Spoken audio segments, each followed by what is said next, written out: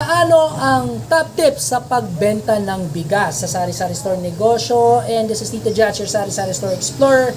If you think nakakatulong yung videos ko, paki-smash naman ng like or heart button, paki-follow naman and subscribe upang makatulong tayo sa maraming taong nangangailangan ng help natin or advice.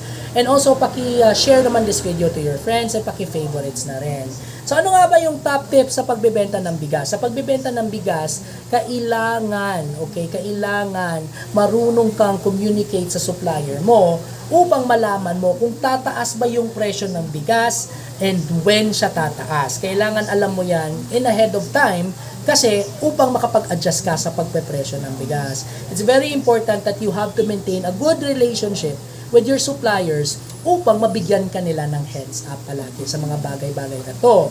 Kasi alam mo, na-notice ko since last year, yung naging problema yung pricing, no, tumaas yung presyo ng bigas, parang nagpa-fluctuate at paiba-iba yung presyuhan eh. 'Di ba? Minsan this week iba, next week tataas, next week bababa, tataas ulit. Parang hindi na natin talaga alam kung ano yung market standard ng pricing ng bigas kasi paiba-iba na siya. Unlike before, parang stable siya. In a few months, ganito siya, then iiba ulit, tataas, bababa. Pero this time, parang frequently na nangyayari. So it's very important na aware ka sa situation mo upang magkaroon ka ng action plan kung tataas ba yung presyo mo or hindi and when siya gagawin. So you have to communicate with your supplier upang malaman yung mga bagay-bagay na to. And secondly, one of the biggest advice na pwede natin ibigay dito is mag-carry ka ng bigas na hindi premium, yung murang bigas, di ba? So, it's important na meron kang premium rice na binebenta, yung mga nasa 60 pesos up per kilo, and meron kang mid rice na nasa mga 50 up per kilo, di ba? And meron ka rin low-grade rice na murang rice na hindi naman low-grade yung quality, no? Piliin mo rin yung quality, yung magandang quality. Pero yung pinakamurang bigas na maibebenta mo sa market, once again, sasabihin ng sari-sari store owners yan. Hindi ako magbebenta ng bigas na yan kasi hindi ko naman kinakain yan. Ibebenta ko lang yung mga kinakain ko. Nagtayo ka ng negosyo hindi para sa sarili mo. Para ito sa community mo, kung sino yung nangangailangan is pupunan mo. Kaya kahit hindi ka kumakain ng item na yan, ng bigas na yan, kailangan i-carry mo pa rin yan kasi hindi mo naman alam yung preference ng tao eh. 'Di ba? So mag-carry ka ng bigas na hindi papasok sa 50 pesos yung per kilo niya upang ma-accommodate mo naman yung hindi naman malaki talaga yung budget. 'Di ba? Yung maliit lang talaga yung kantidad ng pera nila. Kasi responsibilidad natin, mga sari-sari store owners o retailers, na magbigay ng opportunity sa kanila na pwede lang bilhin yung item na mura na yan, na hindi na sila pupunta pa sa merkado or mahihirapan sa pagbuhan niya.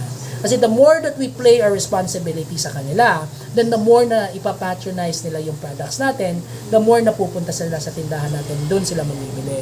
So it's very important to carry options sa tindahan mo, especially when it comes to bigas, diba? So there should always be options.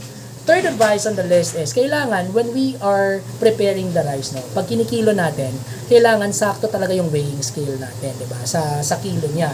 Kasi, as I've said kanina, parang nasa 3 to 4 pesos lang per kilo, diba? So, sobrang liit talaga ng kilo ng bigas. If hindi pa tama yung calibration ng weighing scale mo, ang mangyayari is talagang malulugi ka pag sobra-sobra yung nabibigay. And lugi naman ng customer pag kulang naman yung binibigay. So, kailangan sakto talaga. At the same time, kailangan meron kang plastic bag or lalagyan na hindi matatapon or mabubutas ka agad, diba? Mag-invest ka sa ganon. Kasi nga, pag natapon yung bigas na yan, is wala na, lugi ka na. And pag scoop out ka ng bigas galing sa sako, kasi kami pag nagde-display kami sako para makita talaga ng customer, hindi namin nilalagay sa sisidlan. Sa sako or sa sisidlan, whichever.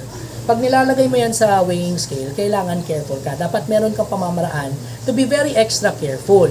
Kasi nga, pag nangyari yan, ang mangyayari is, pag hindi ka careful, is matatapon yung bigas. So, kawawa naman ikaw, So, yun lang. Yun yung tips. And if you like my videos, paki-subscribe naman, or paki-follow naman.